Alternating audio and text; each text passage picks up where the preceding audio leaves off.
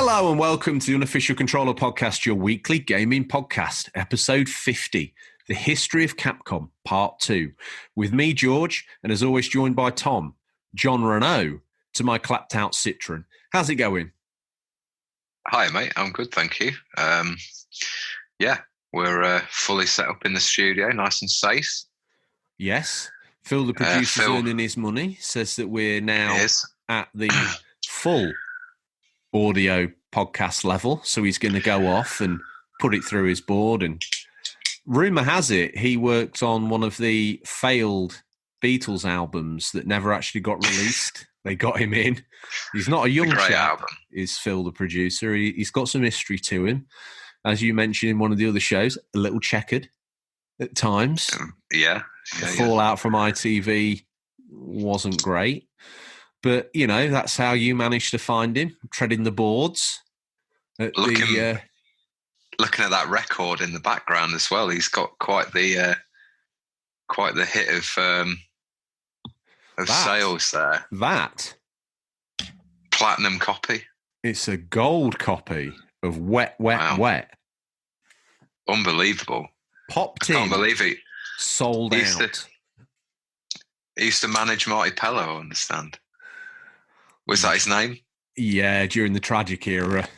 I'm not going to say who introduced who to what, but, you know, didn't go so well for Marty, did it?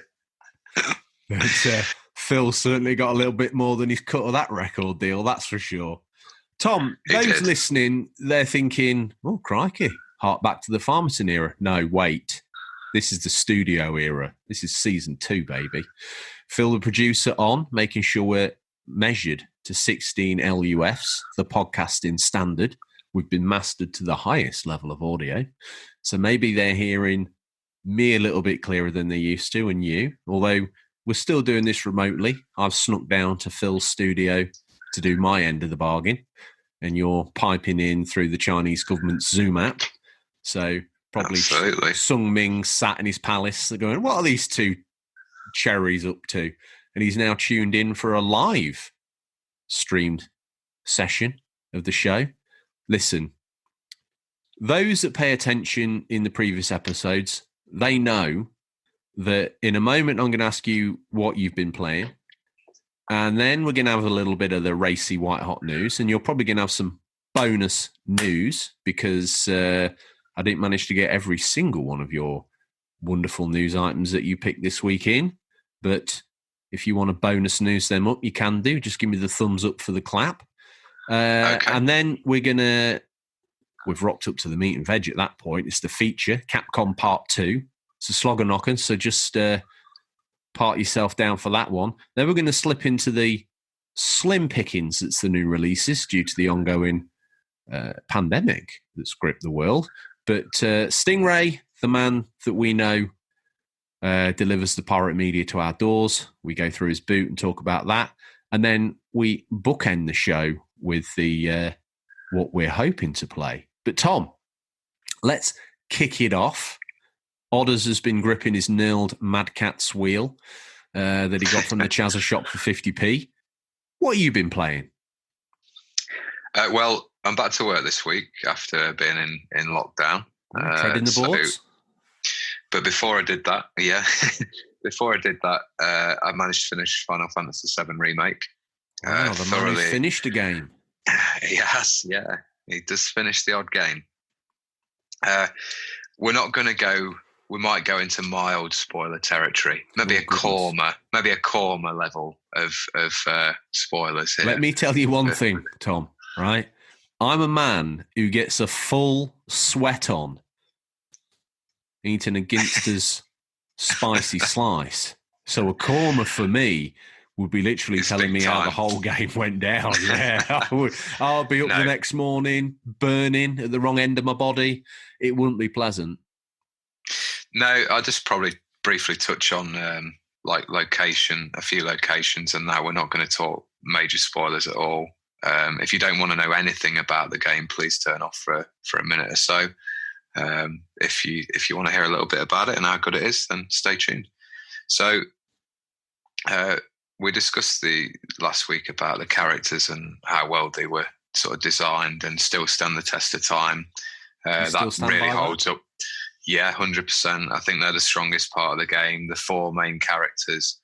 There is a 5th, but he's not playable. But obviously, people will probably recognise him from the original. There's a lot of controversy about the ending of the game. Obviously, we're not going to discuss that, but I'd be interested to hear listeners' thoughts on that when they do finish it, especially if you played the original. I've gone in with fresh eyes as I've never played it before. So to me, it left me with a lot of questions, but also a lot of intrigue to see where it goes next. DLC? No, I think it'll be straight into part 2, which hopefully won't take 5 years to make. But now they've got the engine built. It does have its problems. It's, like we said last week, it's very linear.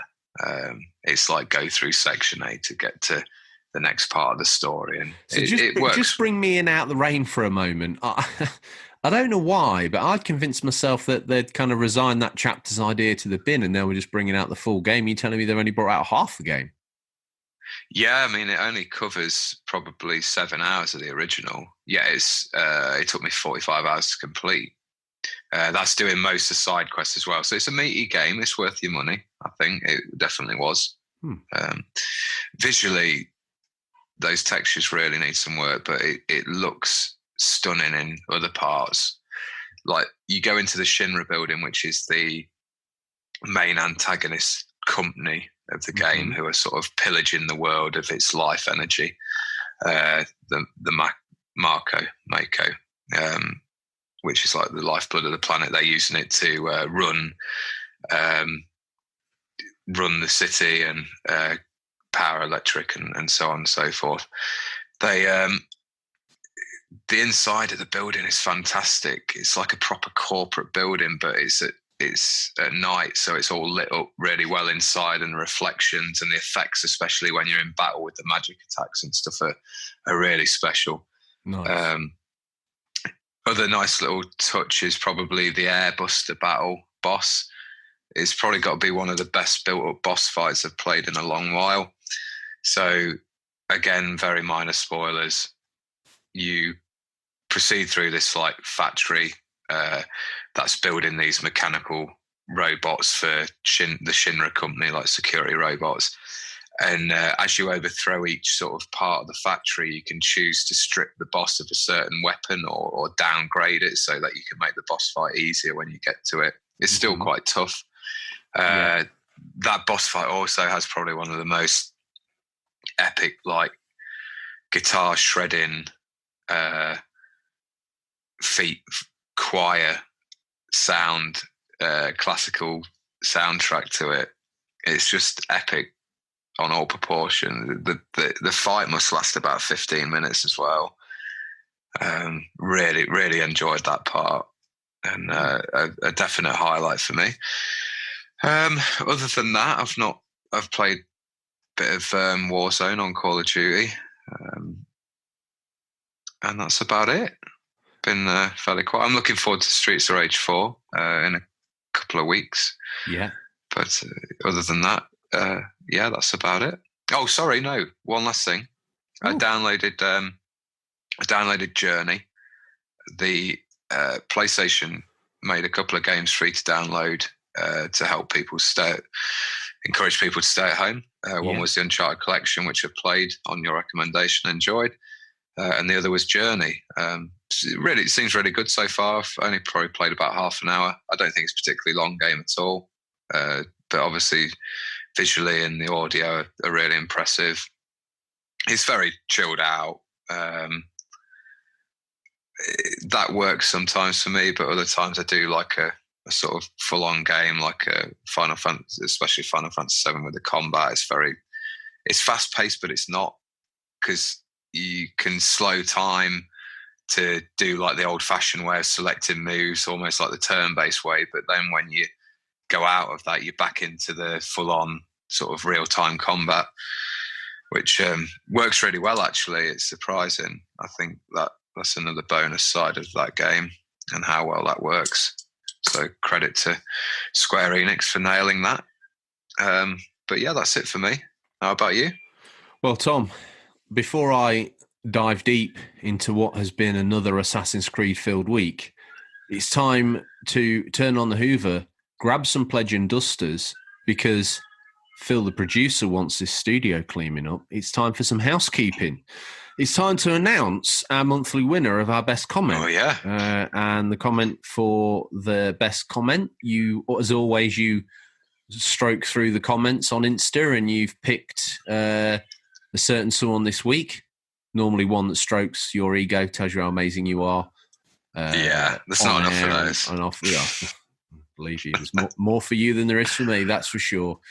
You're the star of the show. That's why I'm the clapped out Citroën and you are Jean Renault. So who is the commenter of the week? Of the month, sorry, should I say. We've been a bit delayed because of pandemic, etc. We won't dwell on that because you've come here to escape that. You don't want us to talk about that. So, Tom, I've paused for long enough. Who is the lucky winner?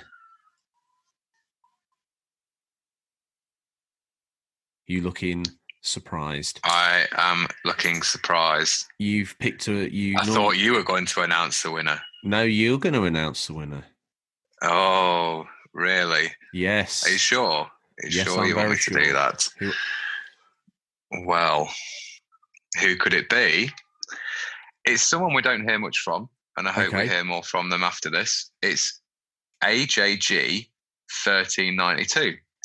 And his comment basically was very short, but it did make me chuckle during the Doom retrospective. And he said, when my friend's dad told us what the BFG meant, I only must have been about 10. I just thought that was quite funny, especially because we had discussed the BFG during that episode. Well, so yeah, congratulations. Well done, AJG _ was it 92? 1392? Yes. Presumably that was the year of his birth. He's one of the oldest listeners that we've got. He's from ancient times. He is. He's from Assassin's Creed 1. So that's great. So the thing is, they need to go on to Comic Pictures' Etsy page or on his Insta page, pick out a picture or a T-shirt or a piece of artwork, be it unofficial controller or be it any of those awesome things that he uploads to his Insta page. He can make that happen. You might need to bear with us. Again, I said I wasn't going to mention it again, but here I mention it again because of post and printing, etc. It may just take a little bit longer than usual. Before we leap out the housekeeping section, though, one of our loyalist listeners, Retro Gamer Thomas, has leveled up. He's had a birthday. Happy birthday, sir. I hope you're reclining in your gamer chair, Donna massaging your upper shoulders, cracking you a craft ale.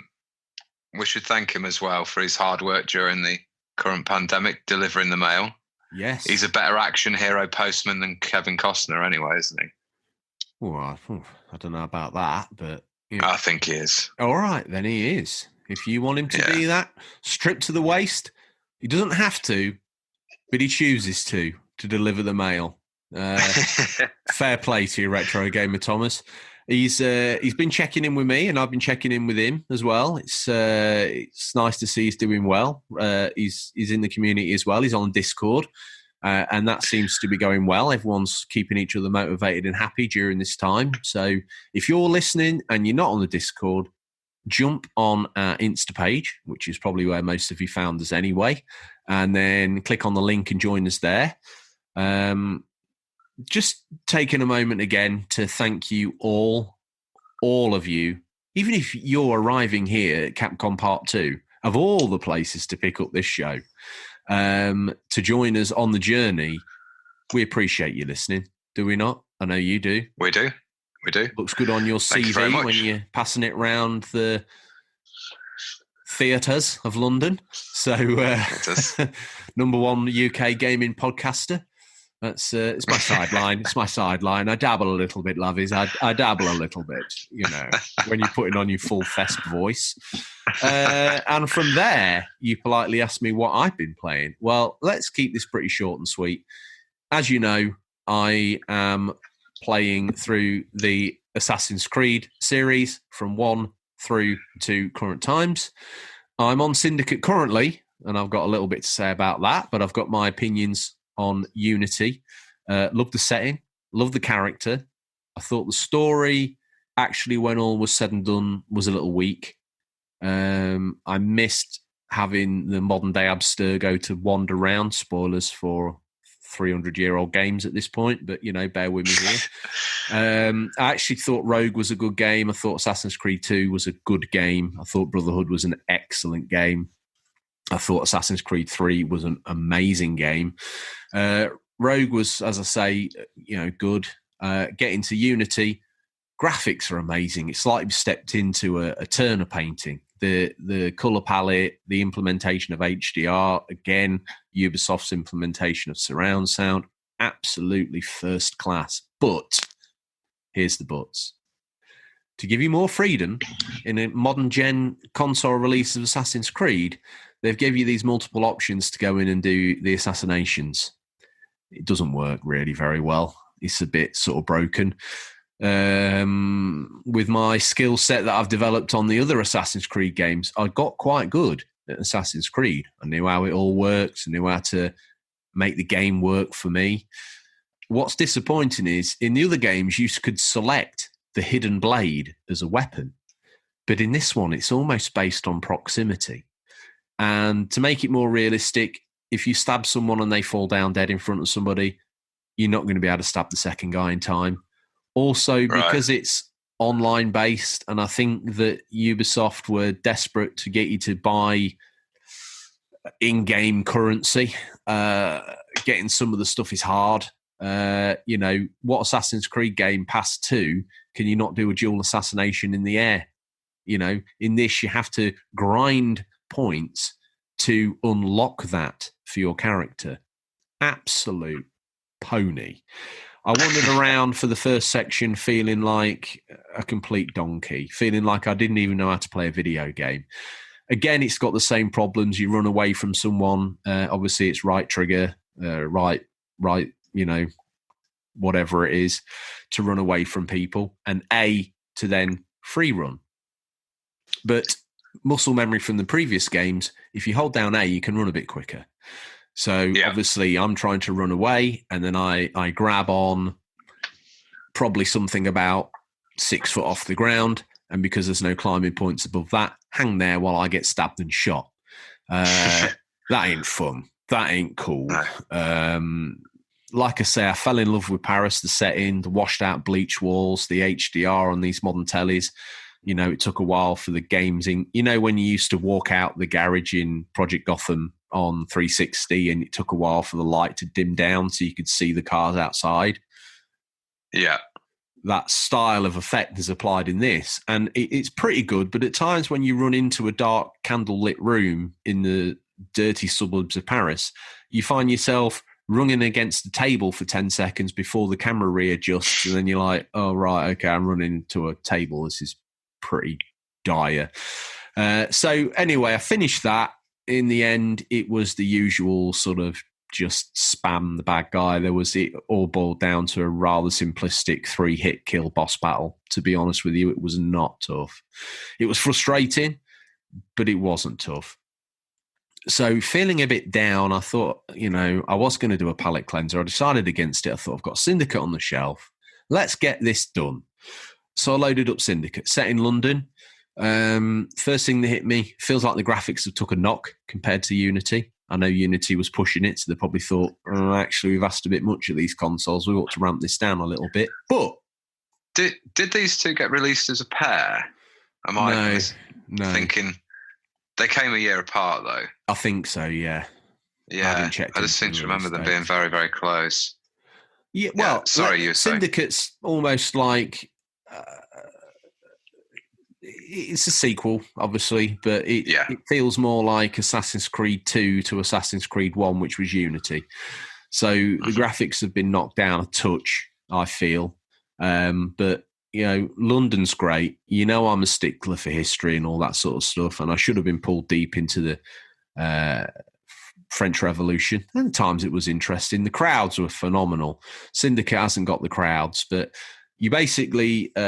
twin assassins. You can be a man or the woman. Jacob and Evie Evie, I think their names are, Fry.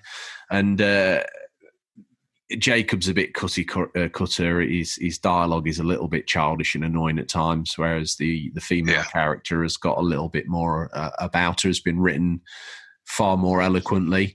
But the guy plays into my way of playing a little bit more Assassin's Creed, which is basically just kick and punch everybody and stab everybody within a 200-meter radius. One thing I did like about Unity was the ability to walk into your bar and you just automatically get a cup of coffee and watch a play, which I thought was slick and well done. In Syndicate, you get a train as your assassin hideout. Did you know that? No, that's cool. Yeah, what is it? Does it move around the map, or is it stationary? Yes, it does. It permanently moves around like a ring of track around London. And I stumbled across a little bit of a set. You know, I'm the guy in Grand Theft Auto 4 who would get a taxi for and pick a point as far away on the map as possible, so I could sit and look out the window of the cab at the amazing recreation of Liberty City in that game, just the real life of it all. You can lean on the window in the leading most carriage and it says sightsee, and you can click a button just to look out the window, dude. You know, I love that. Wow. So you love all that. Yeah, I do. So I put that on. And the like I say, recreational is pretty good.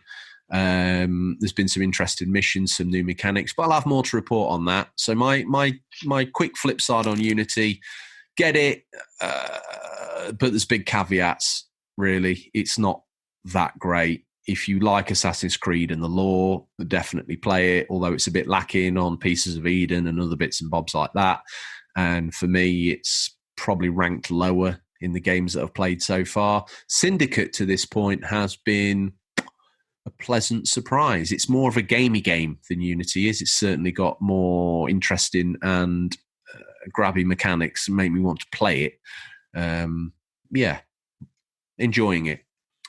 So that rather long and protracted walk through my back catalogue, Tom, takes us to the news, which it does. I selected Stingray's boot there, so I'll put that back down. The news. We scoured the very darkest regions of the internet to bring you the latest stories. First up, Past the Peaky. The hit BBC and Netflix crime drama is getting a video game adaptation that's being made with the help of series creator Stephen Knight.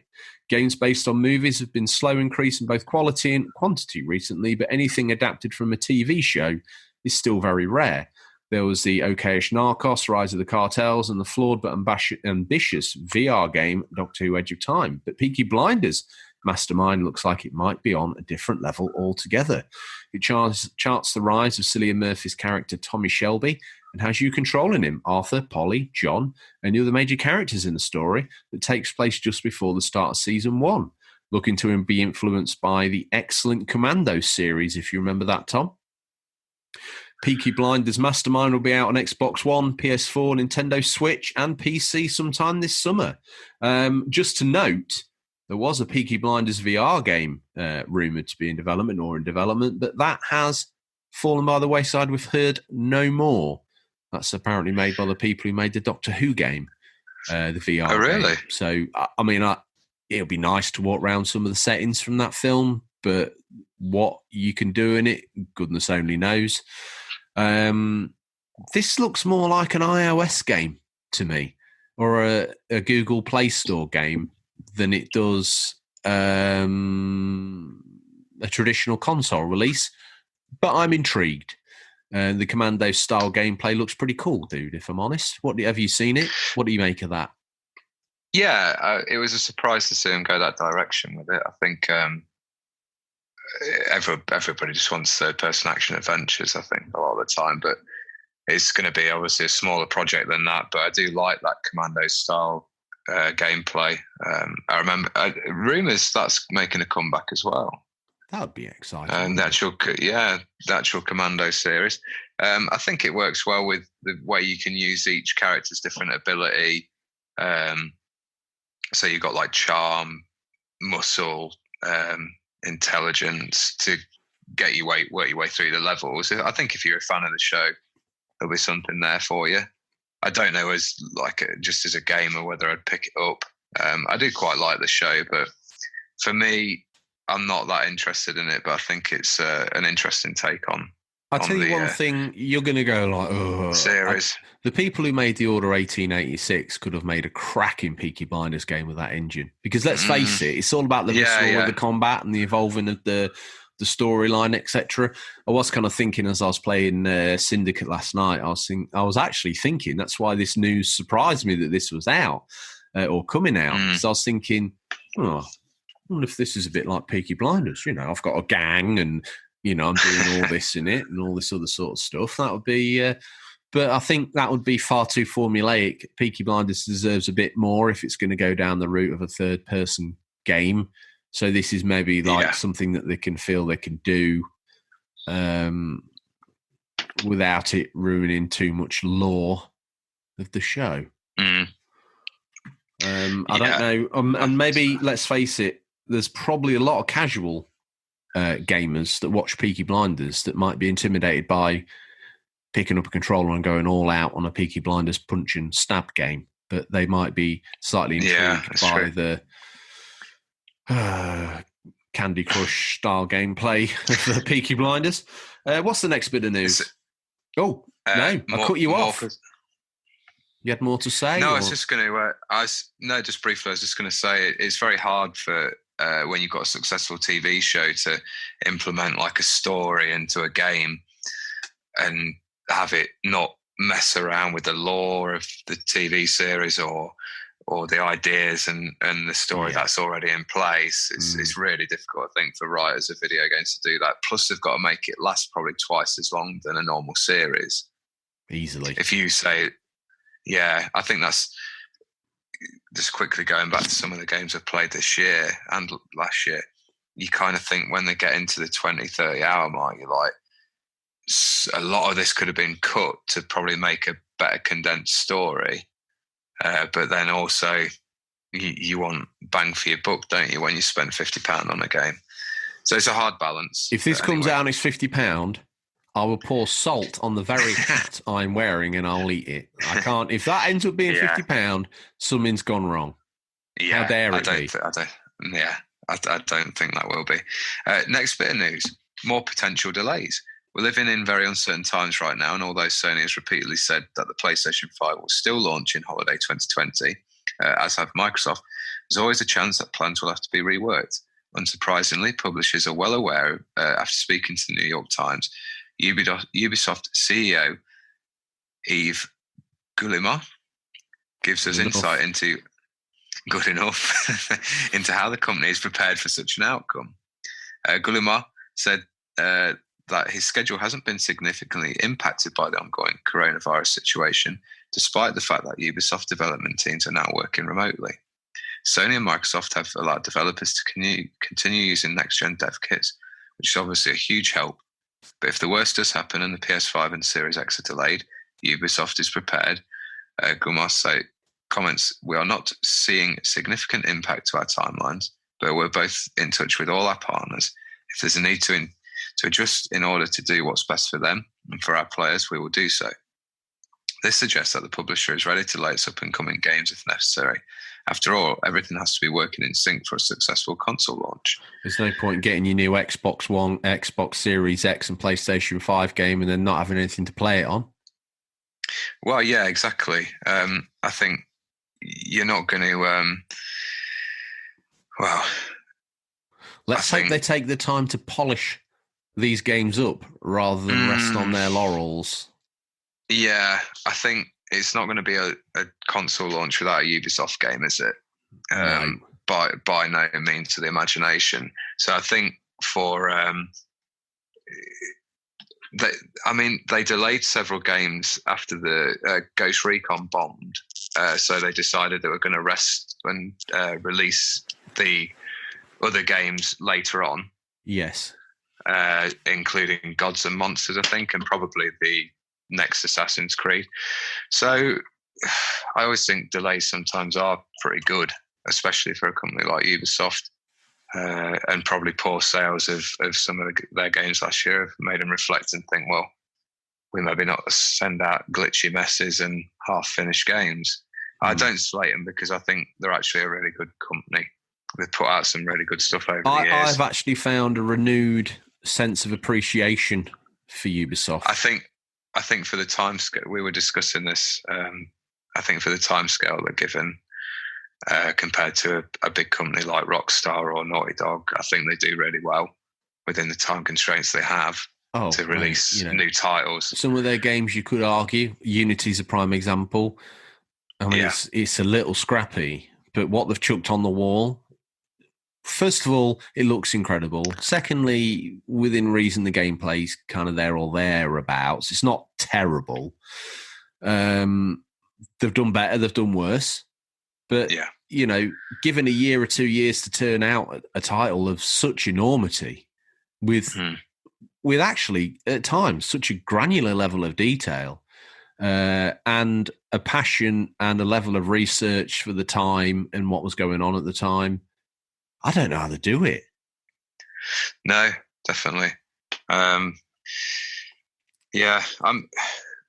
am looking forward to seeing what they're going to do with next gen. There's rumours that the next Watch Dogs is going to be PS5 and Xbox Series X only, but I don't know whether we'll see that. They do like to do cross-gen. I was actually thinking of pulling that. I think I've got that either for PS3 or PS4, and I was thinking about pulling that down off the shelf when I get.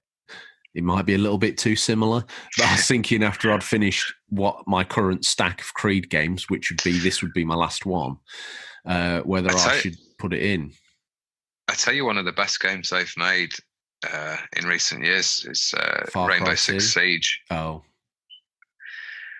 I know you're not a fan of the online shooter, but it's very, very tactical. It's very slow paced in a way. It's like 5-on-5. You just have your fight, and it can go really quick or it can drag on a little bit. It's a lot more realistic than Call of Duty. And I suppose the new Modern Warfare's borrowed a lot of ideas off it. I think they've done a really good job with that, as well as supporting it continually with like online packs and things you can download. So yeah, they're good guys. They are. What's the next bit of news? They showed something. When asked whether the Xbox Series X logo that recently surfaced was legitimate filing by Microsoft, the company responded, "As we develop new products and services, we periodically file trademarks that may contribute to our future. That said, the trademark filings are not indicative of final imagery. We have nothing further at this time." This seems to confirm that Microsoft did indeed file a new Xbox Series X logo trademark, but it might not be the one we see adorning game cases come the console's launch. Just a little bit of something that snuck out. Obviously, a black and white X may or may not be, maybe might not be. Someone left the homework on the school bus that day. Who knows at this point? Who knows? It looks quite slick. I quite like it. It's drip feeding information for the new gen consoles, isn't it, at the minute? Yeah, I think their iconography has always been quite iconic, to be honest with you. The logos, the original Xbox logo with the black and the green was very slick.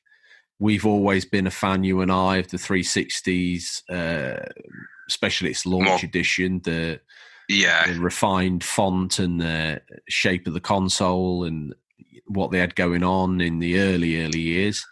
In a lot of ways, Sorry, I do like the new one. I think it's just a black box again, but I don't know. It looks nice. What, the new Xbox One? Xbox Series X. Sorry. Yeah. It looks decent, I think. It looks cool. Minimalist. I want a little bit more. I'm sure some of our Xbox listeners are screaming down the end of their phone now, or whatever it is they're listening on, saying, "You blimmin' idiot!" But I'd like a little bit more knowledge just to know whether it could be on its side or whether it's always got to be stood up. I believe it can be on its side, but don't quote me on that. Right. Okay. If it can be on, it looks coolest in its tower mode. If you ask me, it looks absolutely definitely. rock and roll. I'd have to have a full-on redesign of the home entertainment centre to make that fit anywhere polite, and show it off. I suppose it'd be nice to have all the wires hidden and it just sort of sat there. but that would mean I've done it for the Kinect. It would mean redesigning my whole gaming room. But, I'd be willing to, because it does look very sexy. Quite what the PS5 is going to end up looking like, God only knows. Tom. We'll have to wait and see. If the assembled masses listening in have thought to themselves, well, they've missed this news or that news, or they've got that completely wrong. George has absolutely no idea what he's talking about, and Tom's never played a Final Fantasy game, let alone the remake. He just watched a playthrough on YouTube. If these alleged controversies are true, how would they get in contact with us and let us know we're complete Chuckle Brothers? Any listeners can contact us direct message on Instagram or Twitter. You can also email us at questions@unofficialcontrollerpodcast.com. And also, as we said before, come in and get involved in our Discord chat. It's a great group of people on there already. Everyone very like-minded, and we talk about loads of different things. So, yeah, please, if you're listening in now and you're in lockdown and you're wanting something to do, lonely, there's some great people out there. So go onto our Instagram page and follow the links to the Discord. Yeah, click the little link in the bio, brings up a link tree. You can email the show from there. You can listen to the show from there. You can do all that good stuff. So, and please check out the rest of our back catalog. Excuse me. Well, put my teeth back in. Hold yourself down for a moment, because, Tom, we find ourselves stood at the front of the Behemoth, which is the feature. The main reason why the reason we like to think most of them turned up, especially after the death. Most used to come for that. One thing I've got to say about you. You keep now lying down all David Bailey style with a multitude of filters on your telephoto lens that you normally use to spy on the neighbour when she's sunbathing, but every now and then you turn to focus on a game. You take a picture of a game, you sycophant, you upload it to Instagram, and you even put hashtag toying. You even put hashtag Stingrays boot. I do. Since you've brought the devilish Phil, the producer, on board. I mean, yes, I'm feeling comfortable in the studio. Yes, the audio quality has gone up and will continue to go up thanks to his backstage editing. He's probably re-edited the whole show to make you sound like a gaming god and to me to sound like someone who plays Angry Birds on his 3G iPhone. That's the main reason we brought him on board.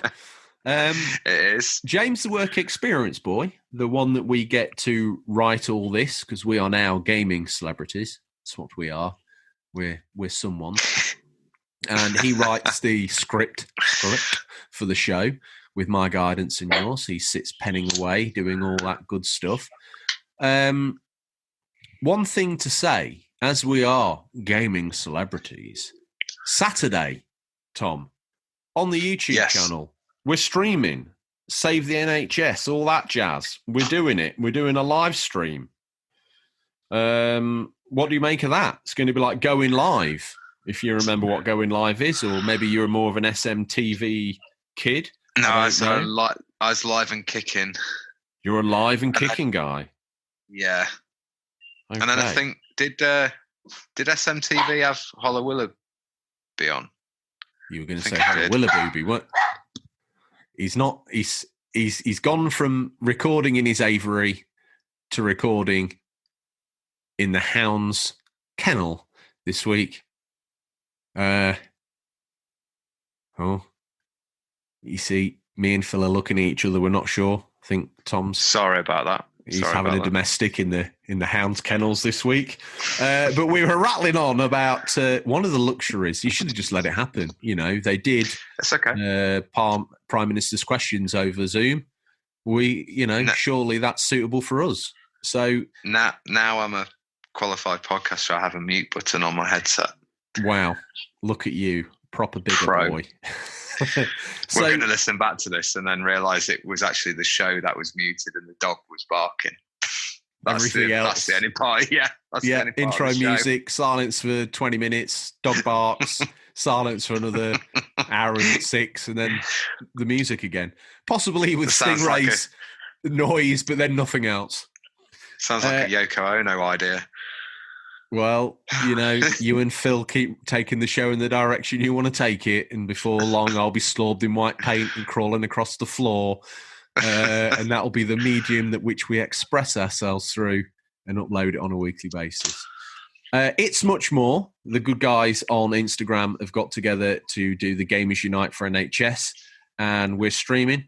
I must say, donations have been coming in thick and fast, and no one's even picked up a controller or turned their camera on yet, Tom. So we still need every single penny that you can send, and we're going to encourage, much like Children in Need and Comic Relief during the stream, for you to do more. And I've chosen to live stream Minecraft Hardcore Survival. If you don't know what that's game about, I'm going to give you a PhD in how to make Diamond Hammer, bro. I say hammer, that's not even in the game. It's a pickaxe. Shows what I know. Anyway, it's to help raise money. It's going to be on our YouTube channel. It's going to be, let me get you the time because I've already forgotten it. We're on from 10 till 11, prime time, baby. It's going on till 10 o'clock at night with such heavy hitters as Gazlov Games. The man who writes, sings his own theme too.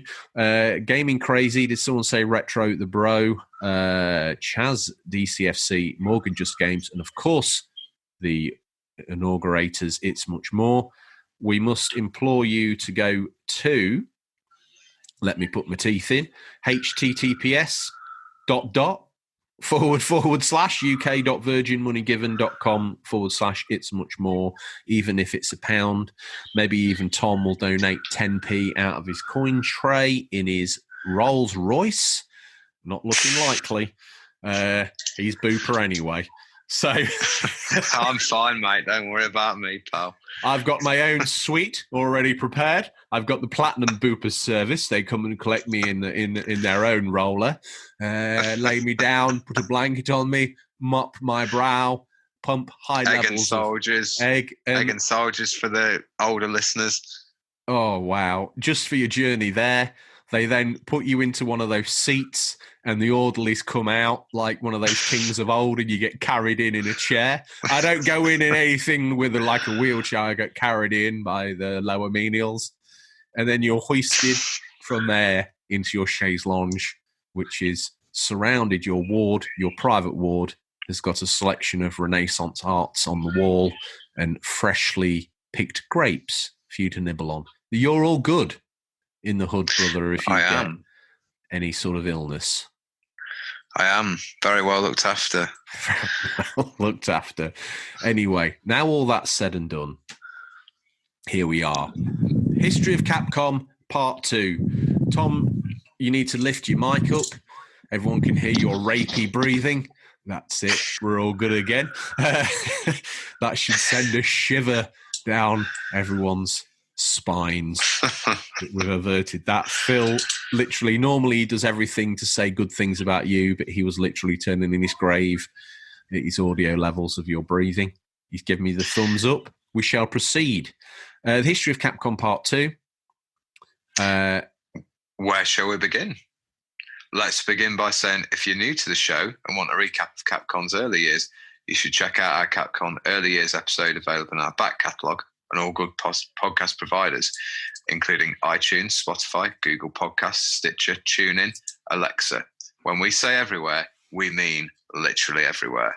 Okay, so picking up the baton from where we left off. Now, I think this is where we left off, but I didn't go fully go maniac and listen back. It was. It's the dawn of the Resident Evil franchise, a pseudo-sequel to their NES classic Sweet Home, which Tokuro Fujiwara told Shinji Mikami to start creating in 1993. As always, Japanese is not our first language, so if we just called him the dog walker, we apologise. It was only in 1994, when marketing executives were setting up to release Biohazard in the United States, it became apparent calling the game Biohazard would be very difficult, as a DOS game had been registered under that name, as well as a New York hardcore punk band also calling themselves by the name Biohazard. Excellent. On hearing this, a competition was initiated to find a new name for the game's Western release. Among Capcom's staff, this fun idea turned up Resident Evil, the name under which it was released outside of Japan. Resident Evil made its debut on PlayStation in 1996 and was later ported to the Sega Saturn. The first entry in the series was the first game to be dubbed a survival horror, a term coined for the new genre it created, and a genre that's been with us ever since and has been very popular, not only with fans but critically and commercially. The original led to 2 sequels, Resident Evil 2 in 98 and Resident Evil 3 Nemesis in 99. Both for PlayStation. A port of Resident Evil 2 was released for Nintendo 64. In addition, ports of all 3 were released to Microsoft Windows. Yes, I think Dreamcast also picked up a copy of 2 and 3. I think you're right, yeah. Yes, it did. And where was I going with that? I had, and I wish I still had it because it's megabooks now, Resident Evil 2 on the N64. Oh, is that a very sought after collector's item? It is. It didn't. I think it released quite late, and it was. It was one of those. It was a mega cartridge to fit that whole game in there. Right. It did. Two minds about the graphics. It did get away from some of those sort of wavy textures that the PlayStation 1 was famous for, if you remember. But it played exactly the same. Other than that, the original led to 2 sequels. No. We've done that. 4th game in the series, Resident Evil Code Veronica, was developed for the Dreamcast and released in 2000, followed by ports of Resident Evil 2 and Resident Evil 3.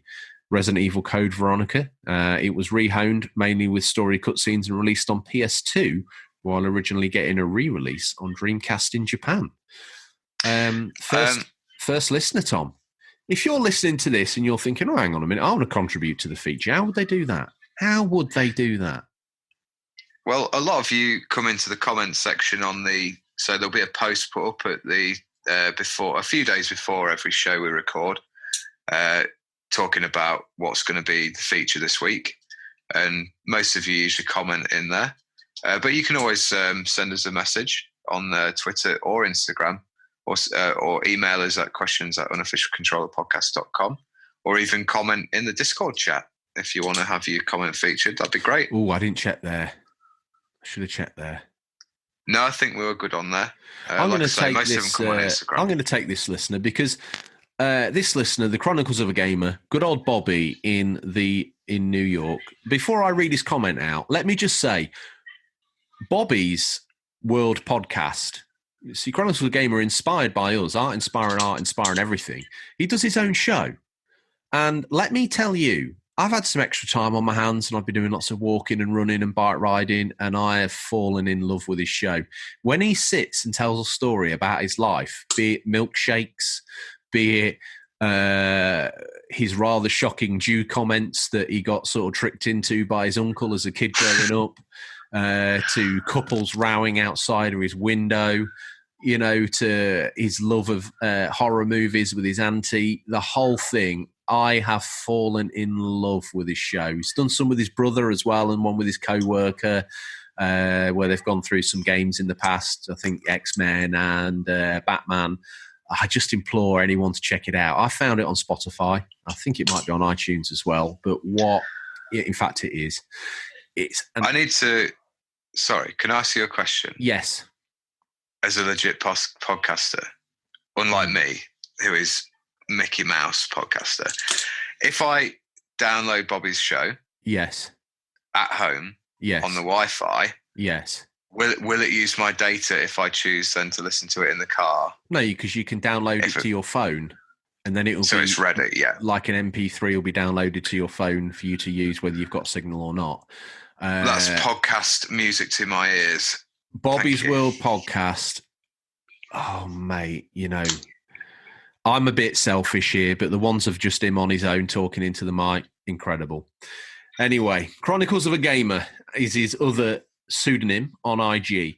And he says, the Resident Evil franchise from 1, 2, 3, Code Veronica and 4 was simply amazing. Dungeons and Dragons, Shadows over Mysteria in 96 is one of the greatest beat-em-ups ever. The Maximo series, which is technically part of the Ghosts and Goblins franchise, really can do no wrong with any Mega Man game that was released in that time frame either. These are the games that really stand out to me. I'm glad you mentioned those because I skipped straight past Maximo when I commanded James to write this script. And I also missed out the Mega Man games. But we kind of touched on them in the early part of the show, so I didn't want to dwell on those too much. Back to the main story, though, Tom. Resident Evil 4 saw players take on the role of Leon S. Kennedy again, who has been ordered to rescue the daughter of President of the United States from a cult in the rural backwaters of Europe. The game saw numerous changes during its long development. The team created and binned 4 prototypes before settling on the final product. Among these was a version directed by Hideki Kamiya that would be turned into the first Devil May Cry game, which we'll get to. The final version will be very different compared to the previous Resident Evil games, with an over-the-shoulder perspective and increased emphasis on action and combat compared to the previous entries in the franchise. Resident Evil 4 was the only game of the 5 Capcom 5, which I think we mentioned in the GameCube episode. We did, yeah. To remain confirmed as a GameCube release. Mikami cited that he would cut his own head off if it were to be released on another platform. However, just 2 months before the game's January 2005 release, Capcom revealed that a PlayStation 2 port would be published 9 months after the GameCube version in response to pressure from users and shareholders. Seemingly, though, Tom, Shinji's head, luckily for us, has remained attached to his body. The surprise announcement hurt the GameCube sales, which totaled 1.6 million, compared to the sales of the PlayStation 2 version, which exceeded 2 million. Shinji Mikami apologized to GameCube fans for failing to uphold his promise of console exclusivity. Not only did it sell well, it went on to sweep many Game of the Year awards for 2005. It's consistently listed amongst the greatest games of all time. I think, Tom, back in the era of you being in the games industry, you even gave it the shiny gold potato award of your own that you developed when you tried to launch your own award series in the early thousands. I'm sure Shinji Mikami's got the polished gold potato on his shelf next to his BAFTA. I would say so. I do wonder whether they knew how successful it was going to be when he made that promise. Obviously, it was so well received, and the GameCube hadn't really sold anywhere, well, nowhere near as many numbers as the PlayStation. So they thought, well, we'll better stick it on there as well to a broader audience. And I suppose in doing that, it broadened the appeal of the game as well and probably won it a lot more fans. It does deserve its credit, especially back then. Like you said to me before, it's probably not aged quite as well as we'd hoped. And there are rumours of a remake of that in development at Capcom. Before they remake that, I would love a remake of Code Veronica, a game that's been forgotten about and languished on the PS2. I think if it was given a little bit more love, shined up. It's a Dreamcast game. Capcom used to support, it's nice when they step up and support your console, but it's also a little bit of a death knell as well, isn't it? Like, we're going to get behind the Cube. Dead. We're going to get behind the Dreamcast. Dead. Yeah. Capcom. Well, I've got Capcom on the phone. Tell them we're busy. They wouldn't make very good captains of ships, would they? They'd just be like, nah, that one's floating over there. Let's swim to that one. Exactly. I don't quite know what their ideas are. And getting behind the GameCube with 5 games, exclusives, and then slowly shrinking back down the hole they crawled out of is probably indicative of, let's face it, as much as we like to think that games are artistry, they're just money-spinning pieces of plastic that spin around in a money-spinning piece of plastic, aren't they? So there we go. Brutal. What's next? Moving on to another bit of shiny plastic spinning around in your disc tray. Sick. Dino Crisis. It was until it all went wrong in a car crash in my mouth. Dino Crisis, another Shinji Mikami idea, a pseudo-sequel, if you will, to the Mikami's popular Resident Evil series. Mikami and his team wanted something more real. If dinosaurs in modern settings is deemed to be more real, we'll let you have that one, Shinji. It cites the Lost World, Jurassic Park and Aliens as influences. and like dinosaurs because they were large, strong, fearsome, and violent. The game was developed and marketed as a new genre, panic horror, as opposed to survival horror of its Resident Evil stablemates. Mikami described Resident Evil as horror in the funhouse and Dino Crisis as a more visceral horror akin to riding a roller coaster. It was made to have a more consistent fright, with the dinosaurs being more intelligent, quick and able to chase the player from area to area. Dino Crisis utilizes an original 3D engine with real-time environments as opposed to pre-rendered backgrounds in the Resident Evil series. Mikami chose... Keep cutting each other because we're not in person. We don't get the subtle visual clues where one of us is going to start wobbling on and then the other's not going to wobble on. Maybe Phil, the producer's going to... After you, sir. Okay, all right. Where do we get to? Mikami chose a real-time engine to enable better cinematic action and more dramatic character depictions that would otherwise be impossible. However, with the real-time engine came the challenge of hardware limitations, making it difficult for the team to create detailed environments. Since they had no idea of how dinosaurs moved in real life, the team had to use their imagination and draw inspiration from living animals such as crocodiles and dogs. One would think they could have just slapped on a Japanese dub of Jurassic Park, but there you go. They also based the dinosaur artificial intelligence on lions, tigers, and other carnivores that were not afraid of humans. Mikami's visions for the dinosaurs was not completely fulfilled. He wanted to include more complex dinosaur AI, with dinosaurs each having individual personalities that could understand the player's condition and ambush them. This wasn't seen as too successful in Shinji's eyes, and compromises had to be made. Though with little extra time during porting to the West, the number of dinosaurs were increased from the Japanese version, although the number of species remained the same. Dino Crisis was released in Japan in July 1999, 2 months before Resident Evil 3 Nemesis. It saw ports to the Sega Dreamcast console and Microsoft Windows platform in 2000, along with sequels on the original PlayStation 2 and Xbox. After the completion of Resident Evil 2 in 1998, work began on a PlayStation 2 installment of the Resident Evil series, began by Team Little Devil under the direction of Hideki Kamiya. As part of early research, the team took a trip to Spain to examine castles as a basis for the new game Devil May Cry's environment. Its prototype, however, was a radical departure from the Resident Evil formula and the survival horror genre. Capcom rewrote the story and changed its premise, drawing inspiration from Dante Alighieri's Divine Comedy for Devil May Cry. Despite the success of the Devil May Cry series, its sequel was not created by Kamiya. Every time.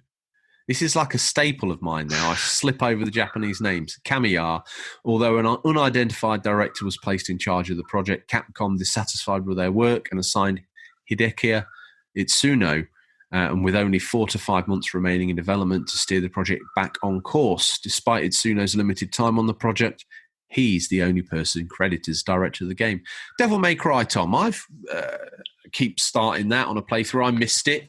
Didn't have a PS2 at launch, but picked one up in the interim years. And I don't know why, but I'm very in love with the original Devil May Cry. I'm still yet to finish it, and it keeps going back on my pile of shame.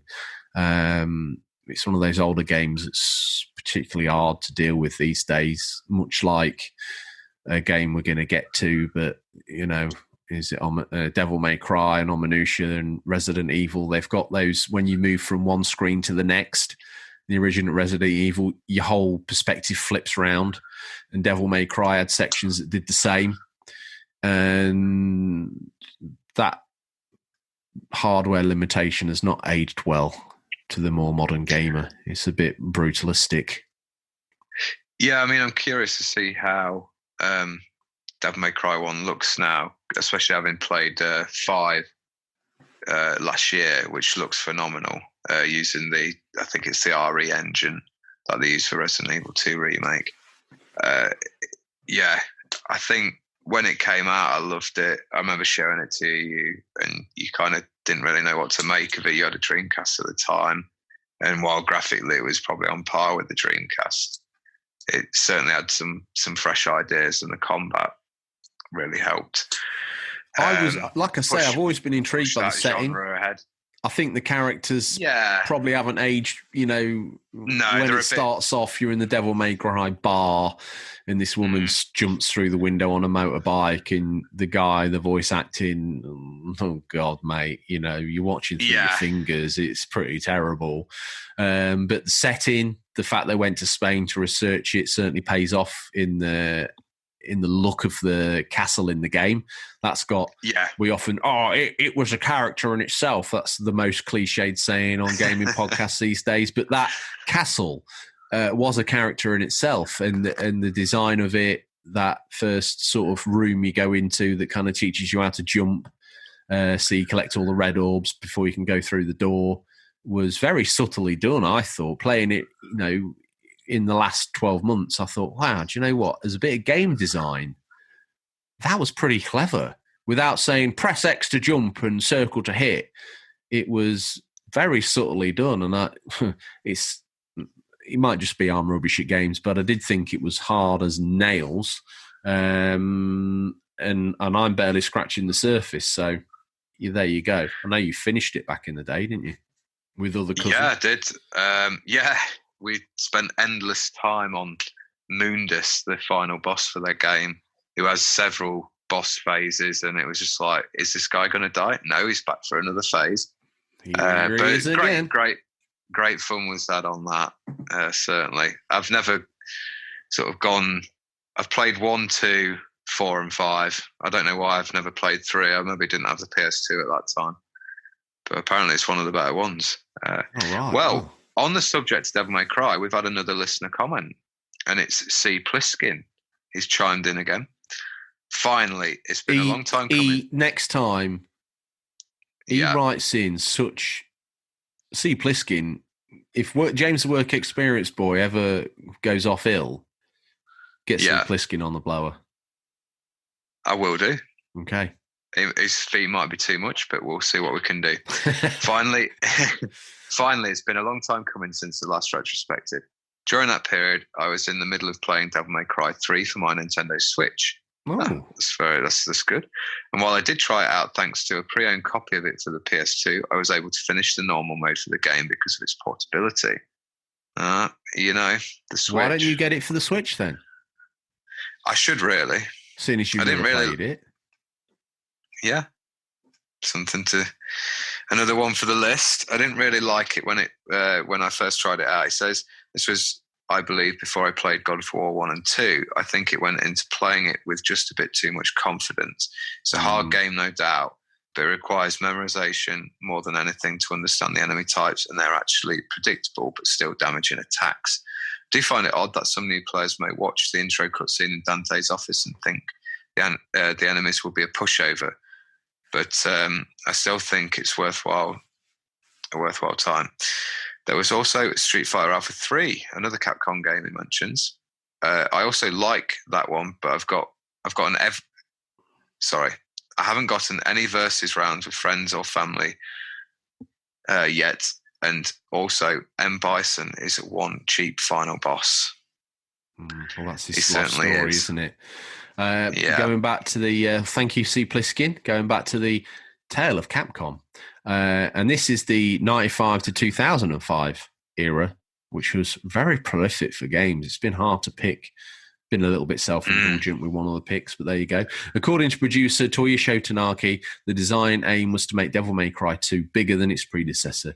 Tanaka estimated the game's environments were about 9 times larger than the first.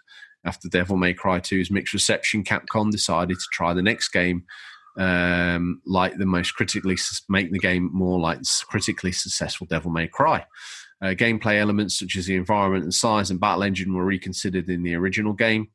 Here spoilers here for a 4,000-year-old game. Virgil was killed by demons and his soul was controlled by Mundus. Bingo, this is a good name for a Japanese guy.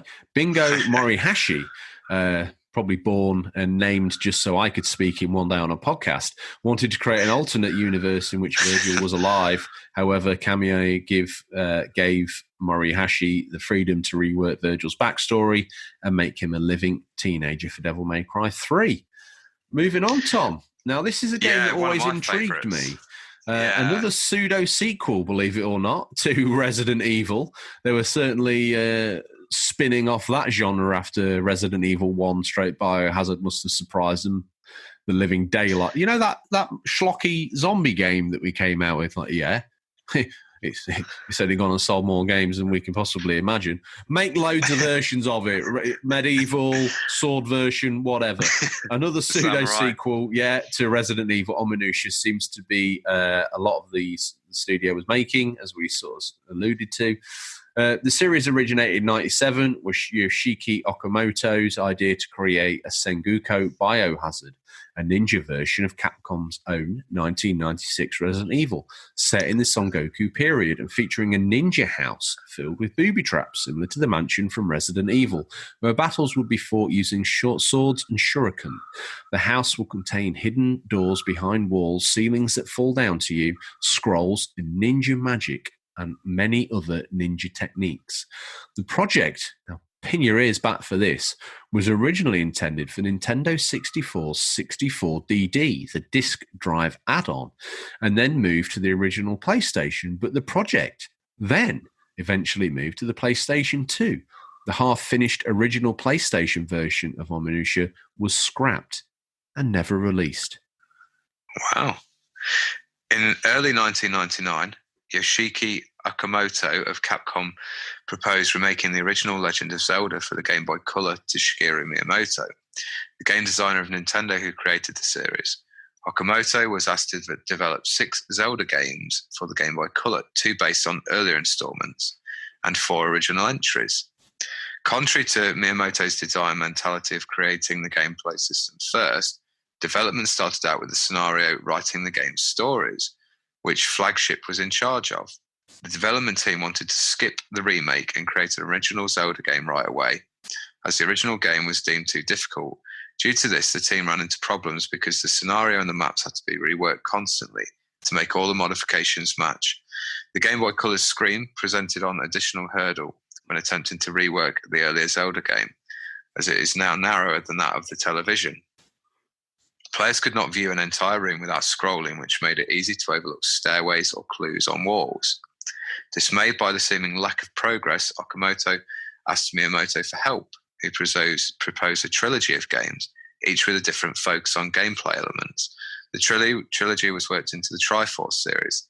The Triforce is composed of 3 parts. The Triforce is of power, wisdom, and courage. Each game in the trilogy was to be associated with the piece of Triforce, with one game being the conversion of the original Legend of Zelda. But the games became Mystical Seed of Power, Mystical Seed of Wisdom, and Mystical Seed of Courage. The games interacted with each other. Players could begin with any of the 3 games and have the actions of the first game affect the story of the other 2, a concept conceived by Okamoto. The developers even considered using a mobile phone adapter to transfer data, but decided on a more familiar password system. Condensing the game into a single cartridge was never considered, as the prospect of multiple endings and the added replay value afforded by the ability to play the games in either order was appealing to the developers at Capcom and Nintendo. What do you make of all that? Did you have any of those? Yes. As I was writing this, I remembered that I had Oracle of Ages. I'm sure I did. And this reminded me of a time when my only gaming was taking place due to travel restrictions, not the sort of travel restrictions we have today, but because I was away. Most of my gaming was happening on a scrappy Game Boy Color, would you believe? And then on a Game Boy Advance, and I had these games. And do you know what? I quite enjoyed them. And I think they're really good. Yeah, well, saying that I've only played one, but it wasn't quite the Zelda I wanted, but it probably was the Zelda I deserved. I think you can tell they're made by alongside another company when you compare them to the core entries. That's, I think, probably what stuck out to me the most. I mean, the Capcom logo at the beginning obviously gives it away, but, something about them didn't feel quite right. It's almost like if Stingray decided to go off and make a Zelda game. I mean, it'd be a bloody good effort for Stingray, but that's probably what we would get. But like I say, they're not offensive anyway. They are what they are. Well, very interesting for Nintendo to give out their IP like that, though. Yeah, I suppose it wasn't like I'm giving it out to an indie like they have done recently. But imagine if Capcom had knocked on the door and said, "I want to make a Mario game." Yeah, I see your point. Wouldn't happen, would it? It's quite a bold move, isn't it? Yeah. Well, Oracle of Seasons was adapted from Mystical Seed of Power, and Oracle of Ages was adapted from Mystical Seed of Wisdom, and Mystical Seed of Courage was cancelled. These sweeping design changes pushed the release into the release window of Nintendo's looming Game Boy Advance. The team considered adding special functionality to the game, triggered only when played on a GBA, but was afraid that the additional development time required for the edition would cause the games to be released after the Game Boy Advance. A quick listener comment to intersperse proceedings, Tom. He's bronzed. I know he's been putting some... I saw a roast chicken, which looked like a face hugger from Aliens until it was cooked. But when it was cooked, it looked absolutely divine. He cleaved it clean in half, slipped a lemon up its backside and barbecued that sucker. So everyone's turning into Gordon Ramsay.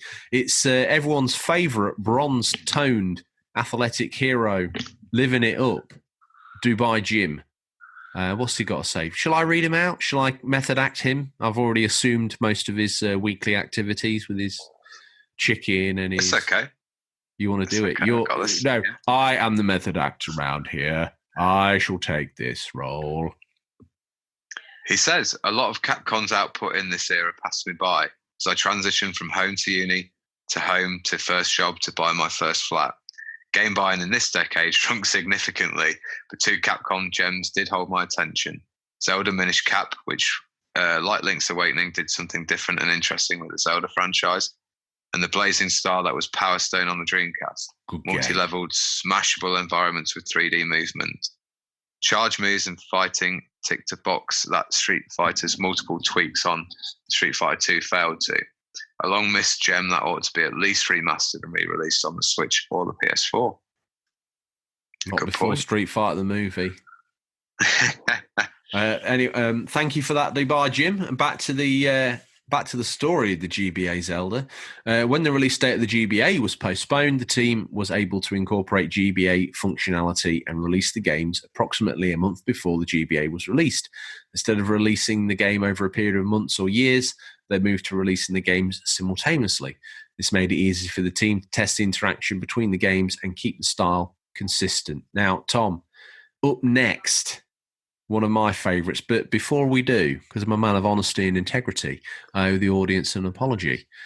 I thought Shadow of Rome and Firefighter FDNY18 were both Capcom games. Shadow of Rome is. Firefighter FDNY18 is a Konami game. Oh. But in my head, I don't know.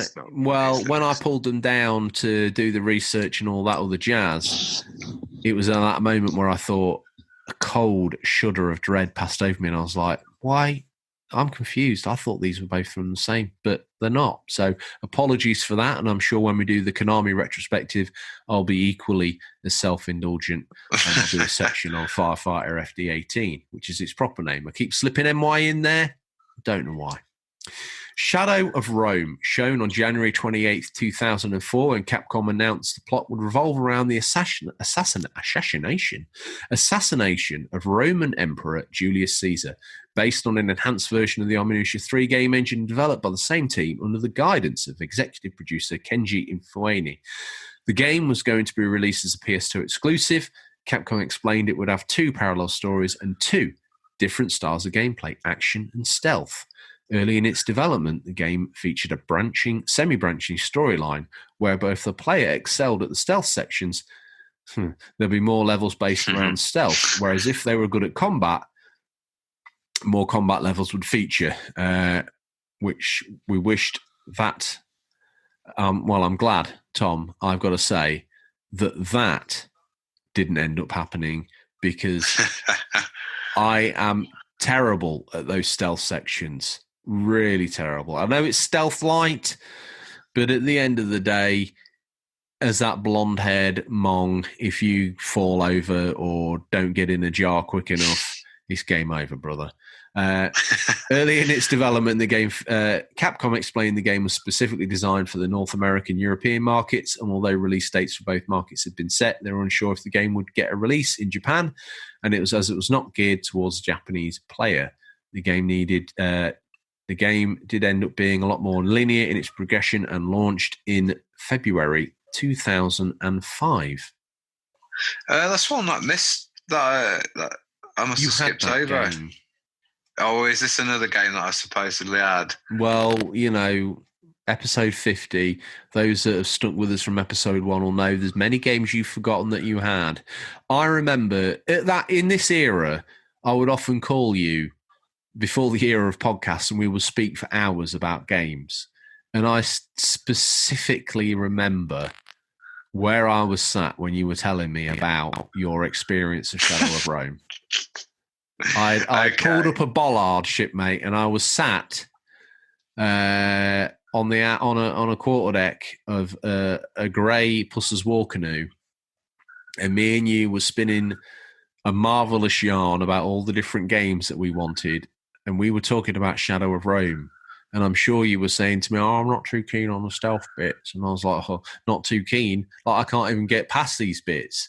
And as it's a game I replayed maybe 3 months ago, and I'm sorry to those listening that say, "Well, you should just try and work out what you need to do." How's anyone ever going to work out that you need to pick up a rat and throw it at a maid? Like, no. So I was absolutely stuck hard on that game. The combat sections were just absolutely awesome. Not the battle bits, but when you finally got in not the main Colosseum, but the arenas. Because I persevered with it recently. I took it to the lodge, didn't I? If you remember. And I had a good belt on it and probably got 60% of the way through it. And I need to go back to it, although I think muscle memory will have faded and I'll have got absolutely owned if I do go back to it. But good game. Yeah. Hidden gem. I think they do make a good action game, don't they? They don't make a great stealth game, though. Mate, the stealth section in that game. I mean, the character's not unlikable, but you end up hating him because of how much you get caught all the time. Yeah. We're not fans of the stealth. Well, I like Metal Gear, but I don't mind the early. I don't mind. I don't mind Metal Gear, and I've been playing the hell out of Assassin's Creed. But I like the option to be able to switch it up if you need to. Metal Gear gives you the option to switch it up if you need to. Assassin's Creed definitely gives you the option to switch it up to some more stabby gameplay if you get caught, unless it's linked to you not getting caught. I really hope the up and coming Ghost of Tsushima has that idea of you can be both. It's just, in these games, normally, apart from Shadow of Rome, when you're doing the stealth section, when the character in these games, Metal Gear, you're a badass soldier, special ops. You're a cloned super soldier. In Assassin's Creed, you're a trained assassin in all forms of fighting. It makes sense that you can switch it up. If you get caught behind a lamppost by a guard on a routine patrol and it's like, I give up. What sort of super soldier assassin are you? You're terrible. Surely you stab him in the gut, hide the body, move on with your life and let things die down, calm down. Yeah. Let the guards forget they ever even saw you because you've gone back behind the lamppost. Like, what was that? Don't worry about it. I think I saw something. Yeah. No, I didn't. And then they go back about their patrol, normally completely ignoring the fact that their best mate's dead on the floor. It's a rough day as a soldier in a stealth game, isn't it? You've got no feelings for your workmates at all. None. Dead on the floor, can't even see him. Don't even know who you are.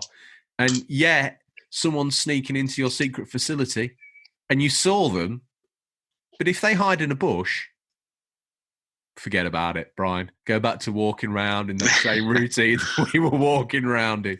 Gotta love a stealth game. Yeah, you have. Well, moving on. Last up, as part of an initiative to develop and support the PS2's add-on network features, Auto Modelista, the other games were Monster Hunter and Resident Evil Outbreak. Capcom's plan was that at least one of the games would become a million seller, but both Monster Hunter and Resident Evil Outbreak eventually became million sellers. Let's send ourselves to the bridge with Monster Hunter as we bring this part 2 to a close again. There are so many games we'll have missed here, but there's so many more, such as Killer 7, Power Stone, Beautiful Joe, more Mega Man, and a raft of Street Fighter iterations. Before we go on, let's just pause on Auto Modelista. Probably still, because of the art style they chose, one of the best looking car racing games ever. I can't say I haven't played that for definite. Cell shaded. No, I know you haven't, but you've seen it in action, haven't you, on those consoles and things? And I have, yes. It's a game I need to pick up because it's always intrigued me. But that art style, that cell shading, it just, there's a series of manga books of like street races called Type D, and it just looks like it's one of those graphic novels come to life. Absolutely incredible, really cool. Very nice. Based on your maths, the next listener's going to be comment of the week next month. It's a new listener. Let me hang on a minute. No, prepare the butcher's block. Manusariu, Mansario, let us know. No doubt you won't, through the medium of Instagram, that we've made a complete desecration of your name. Your comment is Mega Man X heart emoji.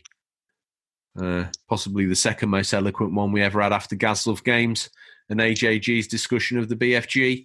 So Tom's making notes now about awarding them the prize. C. Pliskin writes War and Peace. Odders tells an amazing story.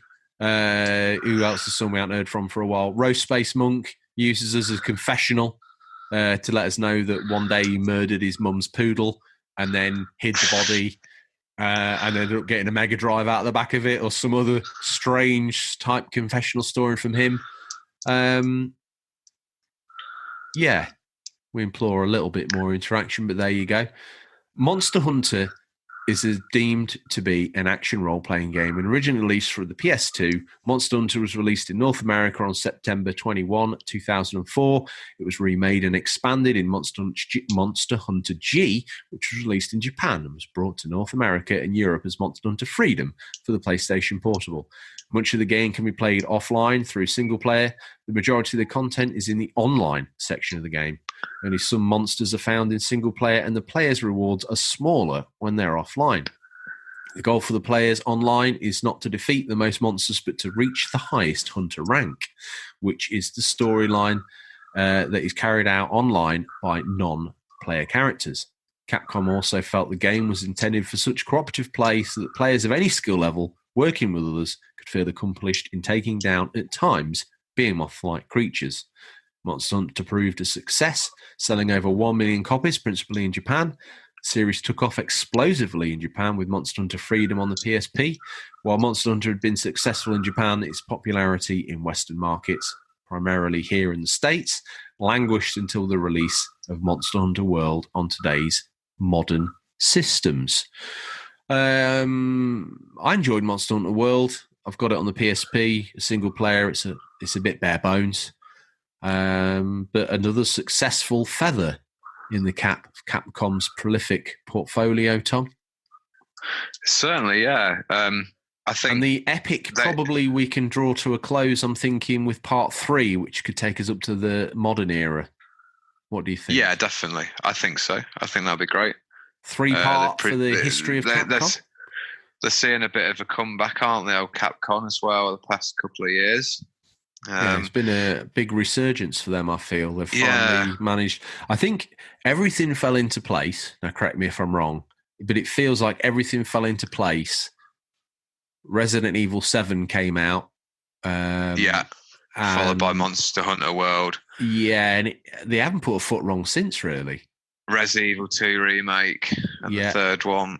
They're doing good stuff, I think. I hope they continue to keep it up. Devil May Cry 5. Yeah, brilliant. Exactly. Real hit after hit. So, I think part 3 is going to be good. Does this mean that when they finally start releasing games for the PS5, they'll be pony? Or do you think law of averages, maybe?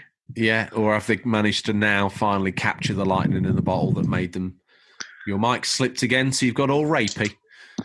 I'm sorry. We go. Phil, the producer, was just throat chopping me like, no, edit. I don't even know if I can edit that. So we're going to leave it in. Sending us to the bridge, the last. What are you going to tell me? That's what you brought Phil on board for, and now I've got him in my pocket, and he's making me sound good, and you sound terrible. That's a better story than I was going to come up with, so let's skip to Vince the Gamer. Okay. Vince the Gamer, final comment. No Capcom stories survival. here, by the way. We're in the realism era. We are. Capcom survival horrors are the story of my youth. To this day, the Resident Evil and Dino Crisis franchise are some of my all-time favourite games. I was obsessed with the original Resi trilogy. I'm so happy that they have all been remastered recently, meaning that I can play and continue with my love of the games without it feeling outdated and stale. That's a good point he puts across there, really. Always. Like, sometimes we have these favourite series and we try and revisit them and they just don't stand up to the test of time. But, like, remakes and remasters are not always a bad thing. And I think if you look at the 2 Resident Evil remakes, Final Fantasy VII remake, so on and so forth, they're doing really good things.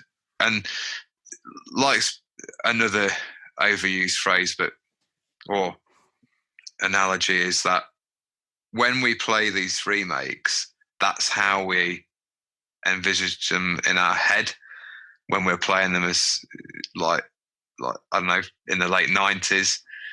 That's true. When we remember them now, it's not until we actually go back and look at them, we're like, oh my God, that did not look like that in my head. But the remakes, they look like it was in your head. On that note, I don't know why. I get these strange call-ins every now and then. I've had this strange call-in to pull down PS1, the original Formula One game.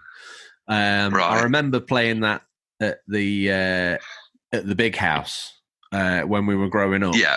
And I had a TV upstairs there and a PlayStation 1, and I had a copy of this Formula One. It must have been in '96, early in the PlayStation's ecosystem.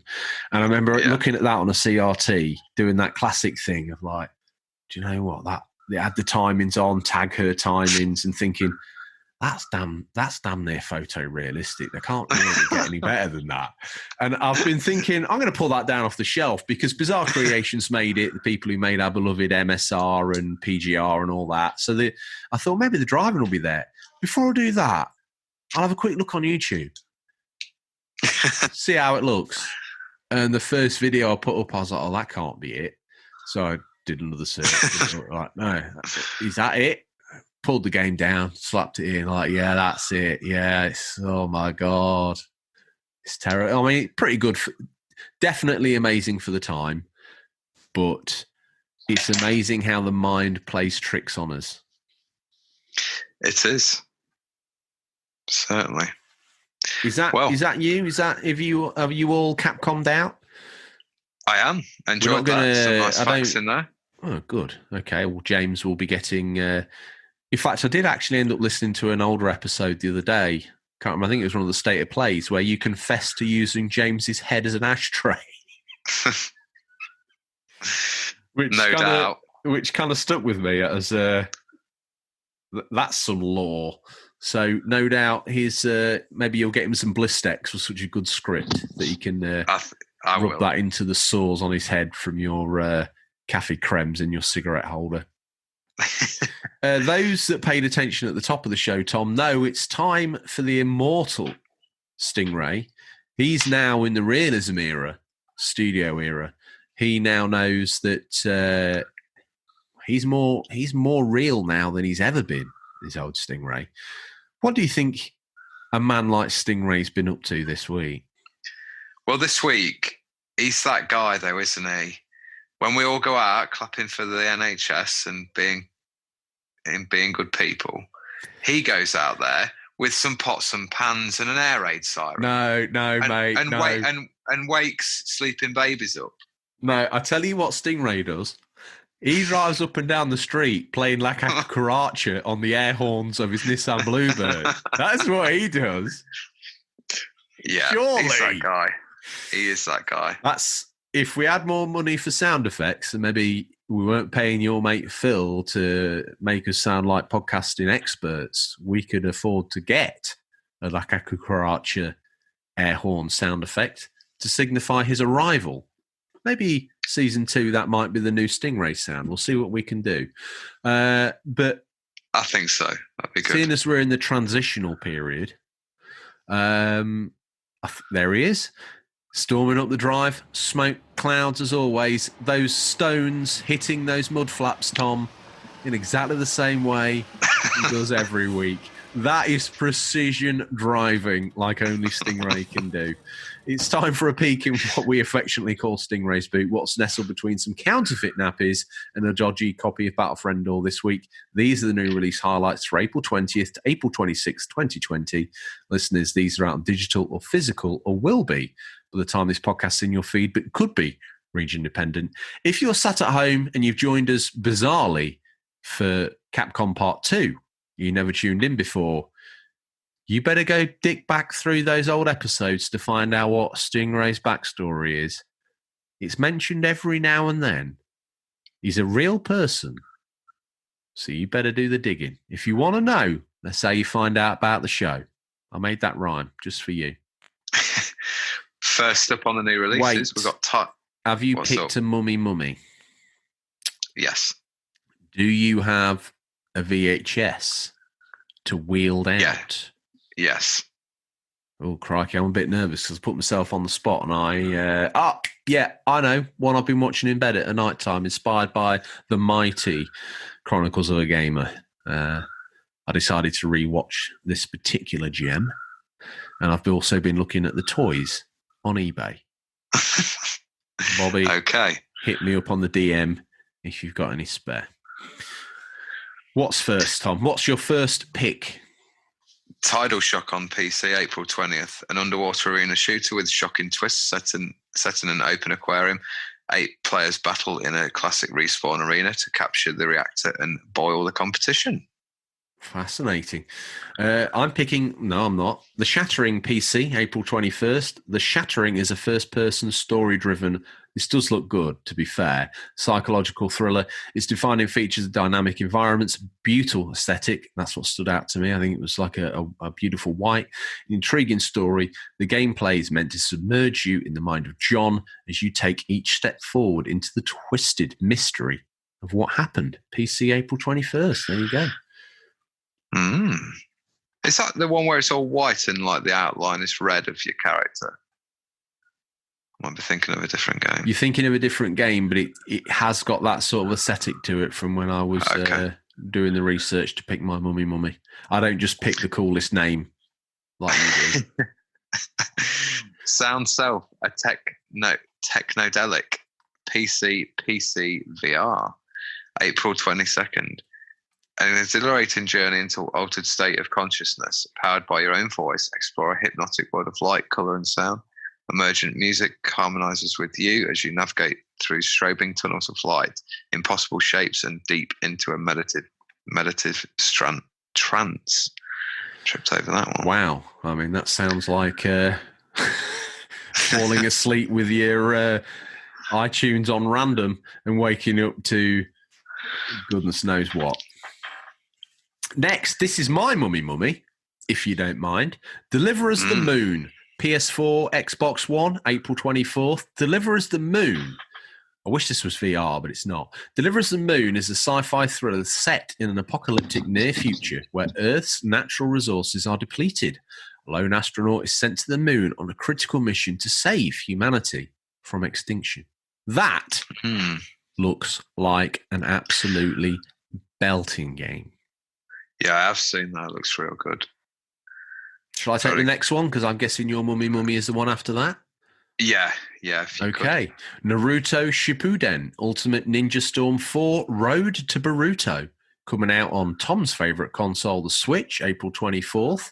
The latest game in the Ultimate Ninja Storm series is finally here for Nintendo Switch. It features all the DLC, including the latest Next Generation's DLC update pack. Relive the fourth great ninja war that unfolded in Naruto Shippuden and experience the story of Boruto. Naruto the movie featuring Naruto's son, Boruto Uzumaki. Suddenly I can say Japanese. Plus choose from 124 ninja, the most in the series. Join in action-packed battles whenever and wherever you want. Well, here's my mummy pick. Predator Hunting Grounds, available on the PS4, April 24th. Hunt or be hunted in this asymmetrical multiplayer shooter that pits you against the Predator. As part of a fire team, complete missions before the Predator finds you, or be the Predator and hunt your prey. Get to the chopper, complete challenging missions as part of the 4-person fire team and escape. Wield human and alien weaponry, fight with a state-of-the-art arsenal as the fire team, and deadly tech like the shoulder-mounted plasma caster, combi stick, and more as the Predator. Right, okay. Well, pretty good. Before we do the last two, both of these also look very awesome. What's your VHS? I'm going to go with Indiana Jones and the Last Crusade. Oh, mate. Very hated. I had that on Pirate really for the longest time. Possibly originating from the actual real Stingrays boot. Yeah, it did. That's where it came from. And that's why it became one of my favourites. Me and another cousin used to watch it and then just like run around the garden with a bit of rope. Trying to like lasso trees and stuff. Yeah. I watched the wheels off that rather dodgy copy as well. It was really bad. Really bad. I still do that thing with the brolly that his dad does, Sean Connery. Oh, he's scaring the birds into the plane. Yeah. Spoilers for a 6 million year old film. T-Rexes watched that on Pirate from Stingray. I don't know why. It's just one. I like the story of like the Holy Grail and stuff. So I think it's quite good. And it uses that real life location for the Syrian carved. I think it's in Syria. Yeah, the carved temple. It's nothing like that inside in reality, but obviously they make us believe that it is. Yeah, well, it helps add the realism, doesn't it? What's your video pick this week? Batman 1989, starring Michael Keaton, the Tim Burton movie. It's very of the toys, very dear to Bobby's heart, and I have to admit, on a rewatch, it's got a certain charm to it. I think I still will always be a fan of Batman Returns. It's just that little bit darker. The storyline and other bits. I had that on VHS as well, which proper bought copy this time, mate. No mucking around. I love Batman Returns. I think it's an absolutely cracking film. But I've been watching Batman 89, so that's my mummy pick based off the immortal Bobby of Bobby Will's podcast and his love for that film and his memories of his dad. So and that caused me to go looking for the toys. I'd love a Kenner 1989 Batmobile. And it's still awesome when he says shields up and that sort of the metal sort of goes round the car and the wheels, cover up. Very, very cool. Yeah. Very, very cool. I think the style Burton brought to those is really cool. And I think when they switched to, I think, who did the one after that? Was it Joel Schumacher? Yeah, I can't remember, but it all took a turn for the worse after Returns for me. Well, I have to say, Batman Returns on the Mega CD, which I've got, the driving sections in that are phenomenal. Graphics are amazing. The actual platforming section, very unforgiving, and unfortunately, the awesome car sections are punctuated by these rather annoying platform sections. And I also had a copy of Batman on the Atari ST, say Amiga, because everyone else had the Amiga. There was me and Terry Blow who had the Atari ST. And that was quite good, actually, because you did actually play through the film as if it was the film. And like in Batman 89, as they call it, or just Batman, because I think that's what it's known as, the Joker comes out with all these different combinations of pharmaceuticals and toiletries that can give you the Joker smile. And there was a bit where you were actually sat, your TV screen was sort of made to look like the actual Bat computer, and you had to go do this puzzle section where you had to work out whether it was lipstick and deodorant or lipstick deodorant, and I think it was always changing, so you could never use a guide or anything. You had to just get lucky. That was a cool little section. Definitely made me feel like Batman. Yeah, that's sound.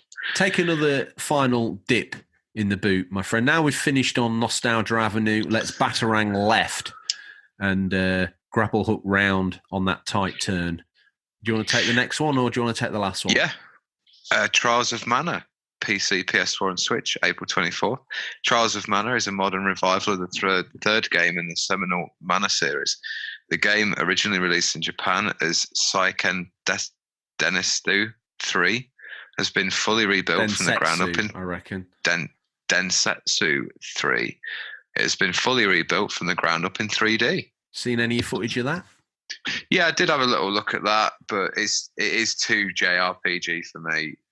But yeah, still looks good if you're a fan of the series. Definitely. I thought it looked quite nice, actually. I thought they'd done a pretty good job. I mean, it's, transitioning to the 3D that it's in, they've done a very nice job. Last one, and I think this looks absolutely belting, so I might need to fire up the green screen. Might need to find a way to get into the aforementioned bunker to get that out, but I'll get the green screen PC out and fire up XCOM Chimera Squad, April 24th. XCOM Chimera Squad. Nearly called it Chimera. That would have been an absolute belter, wouldn't it? XCOM Chimera Squad delivers an all-new story and turn-based tactical combat experience in the XCOM universe. Boot down, no sound for him leaving, because that's the way it happens. The whole thing just disappears like smoke. Boom, he's gone. Was he even here? We'll never know. We'll never know. Of our imagination. Tom, as always, the bookend that hold up the show, I ask you at the start what you're hoping to play, what you've been playing. Nearly slipped up there, fella. But, pro podcaster like you and I now have to ask you, what are you hoping to play? Now this has got me peaked because you're all out of new games, brother. So I am. What the hell are you gonna play? I don't know. Other than the usual online stuff. Don't you dare. I'll maybe just have a bit more of a dabble on Journey. But yeah, I think that's going to be it till Streets of Rage 4.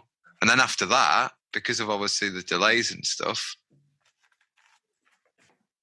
I've just realised, I've sat next to the hat rack and Phil, the producer's got a genuine Indiana Jones fedora. I don't know if you can see it actually says Indiana Jones. Excellent. I won't be happy until you escape out of the recording studio and grab it just in the nick of time. As the shutter door slowly slams down on your hand. Just as Phil kicks me out. And, I have to reach back in and grab the hat. Don't know why it's kicking me out. At a certain time, it gets very strange around the studio. James the work experience boy isn't allowed down Phil the producer's street past 8 o'clock at night. He's not. That's all I'll say on that. Yeah. What are you going to be playing? Oh. Well, I'm going to play, obviously, Assassin's Creed Syndicate. And when that's finished... I want you to play the new ones just so you can tell me whether they're good or not. Oh, before you take the leap. Yeah. Okay, so what's that? Origins and Odyssey? Yeah. Oof, I think you might need to let me take a little bit of a break from Assassin's Creed. If you have a break now, you'll never go back to it. That's absolute that's poppycock. And also, you know it is. Also, imagine that as a gaming accolade. Finished Assassin's Creed 1 to Odyssey in a row. I'll be honest with you, mate. I'll be absolutely brutally honest with you. If Syndicate hadn't been slightly more nice to play, I'd have been sick to the back teeth. The high watermark moment for me has been Assassin's Creed 3 or Brotherhood. 2 was good. Brotherhood was better for me personally. 3 has been an absolute standout. I love the bait and switch. Call me a loser if you like, but I thought that was great. Plus, I wasn't that invested in any of it, so I actually enjoyed the bait and switch. Mm-hmm. Rogue was good again because there's a bait and switch in that. Black Flag was overhyped, drivel. It's one of the worst pirate games I've ever played. Not very realistic at all. It's basically Sid Meier's Pirates, no further on in development, all the same mechanics, but with Assassin's Creed bolted on top of it. You know, not brutal. The standout character in that is Jim Kidd, and there's a bait and switch there, so I like that. Syndicate. Yeah. So maybe I'll pick them up and I'll have a go at them, but I don't know. As a palate cleanser, I might play Far Cry 2. Okay. Or Watch Dogs. Keeping it Ubisoft because give me the Ubi points, baby. I've got a massive stack of Ubi points that I can't even spend on DLC. I can only spend on hats, coats, and special exclusive weapons. Which, you know, I wouldn't download anyway. And therefore I've got even this. If they were free. Even if they're free. And I've got this, although I did download the Sherlock Holmes out. Now, one thing I would say, Unity brought in like this interesting detective element to it.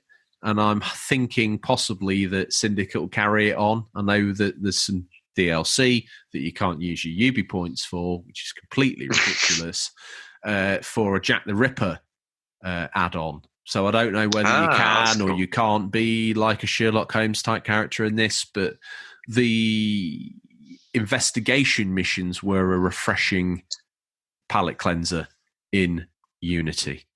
I think Phil, the producer, is saying to me that he's nearly run out of reel-to-reel tape, this being the analog studio that he's recording in. And he's saying that he's throat chopping at me, and he's also tapping his watch, and he's also indicating he's going to let a couple of youngsters out the cellar. I don't know what that's all about. Some dark lore for Phil. Not only did we say he caused Marty Pello's back fall to depravity at the top of the show, you're saying all this extra stuff. I'm saying all this extra stuff about your close friend. Is that all we've got to say about games this week, Tom? It is. All right. Well, hang on a minute. I nearly said bye without saying the intro, and I think that would be Desecration or not? I'm not sure. No. Really? Yeah, it's fine. They know they can't turn off until they've heard this. That's all we have time for this week, listeners. As always, thank you for your time. We look forward to the pleasure of speaking to you again next week. Until then, happy gaming. Remember, there's nothing wrong being given the unofficial controller. It's what you do with it that counts. See you, Tom. See you, mate.